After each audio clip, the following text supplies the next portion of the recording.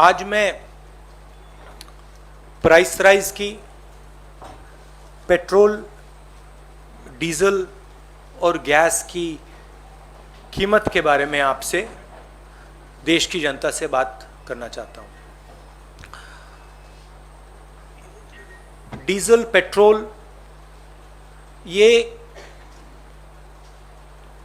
तकरीबन इकोनॉमी के हर भाग में कहीं ना कहीं इनपुट होता है इसका। तो जब डीजल और पेट्रोल के दाम बढ़ते हैं, एक तो डायरेक्ट चोट लगती है और एक इनडायरेक्ट चोट लगती है। डायरेक्ट चोट लगती है जो गाड़ी में, स्कूटर में, ट्रक में डीजल पेट्रोल डालता है, उसको डायरेक्ट जेब में चोट लगती है। और इनडायरेक्ट जो लगती है, जब डीजल का, पेट्रोल का दाम बढ़ता है तो ट्रांसपोर्ट कॉस्ट बढ़ती हैं। ट्रांसपोर्ट कॉस्ट बढ़ती हैं तो सब चीज के दाम बढ़ते हैं। और पिछले 7 साल से हमने एक नया आर्थिक पैराडाइम देखा है। एक तरफ डीमोनेटाइजेशन, दूसरी तरफ मोनेटाइजेशन। ये एक तरफ डीमोनेटाइजेशन, दूसरी तरफ मोनेटाइजेशन। और फाइनेंस मिनिस्टर ने कहा, मोदी जी ने पहले कहा था मैं डीमोनेटाइजेशन कर रहा हूं, और फाइनेंस मिनिस्टर कहती रहती है मैं मोनेटाइजेशन कर रहा हूं। तो जनता ये पूछ रही है कि मोनेटाइजेशन किसका, डीमोनेटाइजेशन किसका? क्योंकि मोनेटाइजेशन हो रहा है तो किसी का तो हो रहा होगा, और डीमोनेटाइजेशन हो रहा है तो किसी का हो रहा होगा। तो मैंने ये आपके लिए, मोदी जी के लिए बहुत अच्छी तरह लिखा है। देखिए, डीमोनेटाइजेशन किसका हो रहा है? किसानों का हो रहा है, मजदूरों का हो रहा है, जो छोटे दुकानदार हैं, मिडिल साइज बिजनेस वाले हैं, स्मॉल बिजनेस वाले हैं, उनका हो रहा है, एमएसएमईज का हो रहा है, सैलरीड क्लास, सरकार के जो एम्प्लॉइज हैं उनका हो रहा है, और जो ईमानदार इंडस्ट्रियलिस्ट हैं उनका हो रहा है। अब मोनेटाइजेशन किसका हो रहा है? 4-5 नरेंद्र मोदी जी के जो मित्र हैं, उनको आप 4-5 कह दीजिए, उनको आप हम दो हमारे दो कह दीजिए, जो आप कहना चाहते हैं कह दीजिए। तो ये इकोनॉमिक ट्रांसफर हो रहा है। और बड़ी इंटरेस्टिंग बात निकली है। मैं सोच रहा था, मोदी जी कहते रहते हैं कि जीडीपी बढ़ रही है, फाइनेंस मिनिस्टर कहती है कि देखिए जीडीपी का प्रोजेक्शन ऊपर की ओर है। मैं समझ नहीं रहा हूं भाई, जीडीपी एक तरफ दौड़ रही है और फाइनेंस मिनिस्टर, प्रधानमंत्री कहते हैं जीडीपी बढ़ रही है। फिर बात मुझे समझ आई, जीडीपी का मतलब क्या? गैस, डीजल, पेट्रोल, इनका यह कंफ्यूजन है। और मैं अब आपको गैस, डीजल, पेट्रोल के दाम और जीडीपी किस प्रकार से बढ़ रही है वो तो आज थोड़ा डायरेक्ट बताना चाहता हूं। 2014 में नरेंद्र मोदी जी ने कहा था कि डीजल, पेट्रोल के दाम बढ़ते जा रहे हैं, याद है आपको? 2014 में 410 रुपीज सिलेंडर की प्राइस थी जब हमने, यूपीए ने ऑफिस छोड़ा। आज 885 रुपीज सिलेंडर की प्राइस है, 116% इंक्रीज। पेट्रोल की प्राइस 71.5 रुपीज 2014 में, आज 101 रुपया, 42% price increase. 57 rupees diesel, 88 rupees आज, 55%, 55% इंक्रीज।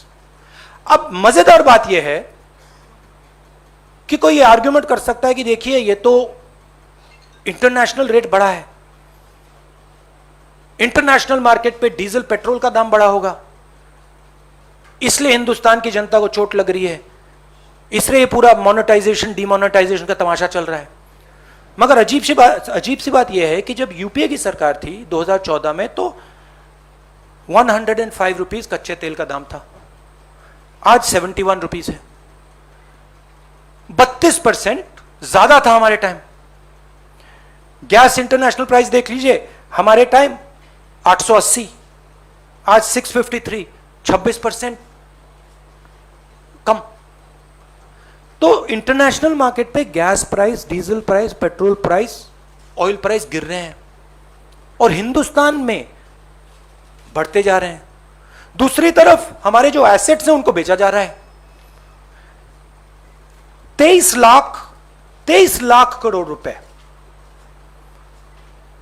23 लाख करोड़ रुपए सरकार ने जीडीपी से कमाया है। जीडीपी वो ग्रोस डोमेस्टिक प्रोडक्ट नहीं, जीडीपी मतलब गैस, डीजल, पेट्रोल। मेरा सवाल है, ये 23 लाख करोड़ रुपए गए कहां? और जनता को यह पूछना चाहिए कि आपके जेब में से जो पैसा निकाला जा रहा है, छीना जा रहा है, ये कहां जा रहा है? जो हिंदुस्तान के एसेट्स हैं, हमारी कंपनीज हैं, उनको बेचा जा रहा है, डिमोनेटाइजेशन किया जा रहा है, नोटबंदी की जा रही है, जीएसटी आपसे पैसा छीना जा रहा है, किसानों के 3 कानून बने हैं, वहां से आपका पैसा छीना जा रहा है। तो ये जा कहां रहा है? आपके पास नहीं आ रहा, आपके जेब में तो नहीं जा रहा। तो हिंदुस्तान के युवाओं को, जनता को यह सवाल पूछना पड़ेगा कि ये जा कहां रहा है, किसको मिल रहा है ये सब पैसा? अब अंग्रेजी में बोल देता हूं। डू आई नीड टू से इट इन इंग्लिश और can I just you like me to say it in English? Do you want me to say it? Broadly in English, huh? Broadly, the government has a new concept of GDP. New concept is an increase in GDP means an increase in gas, diesel and petrol prices. Over the last 7 years, they've earned 23 lakh crores from an increase in diesel, petrol and gas. Every single person is affected by this. There are two effects. There's a direct effect and an indirect effect. The direct effect is when people buy fuel for their scooters, their cars, diesel for their trucks. An indirect effect is when the price of diesel, petrol rises, the price of everything rises because transport costs increase.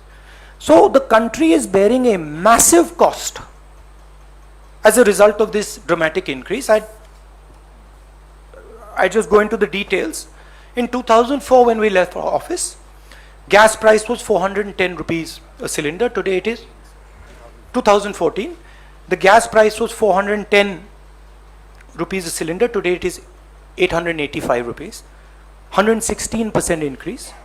Petrol was 71. It's now 101, 42% increase. Diesel was 57, now it is 88, a 55% increase. And the interesting thing is, people could argue that prices are rising, diesel, petrol prices are rising because international prices are rising, but that's not the case. Because crude oil prices were $105 when we were in power and today they're $71. That's a decrease of 32%. Gas prices were $880 per metric ton. Today they are 653. That's a 26% drop. So the interesting thing is, there is demonetization taking place where the farmers, laborers, small traders, MSMEs, contract workers, salaried class, honest industrialists are being hit. And on the other side, there is dramatic monetization taking place where 3-5 big industrialists, friends of the Prime Minister, are being benefited.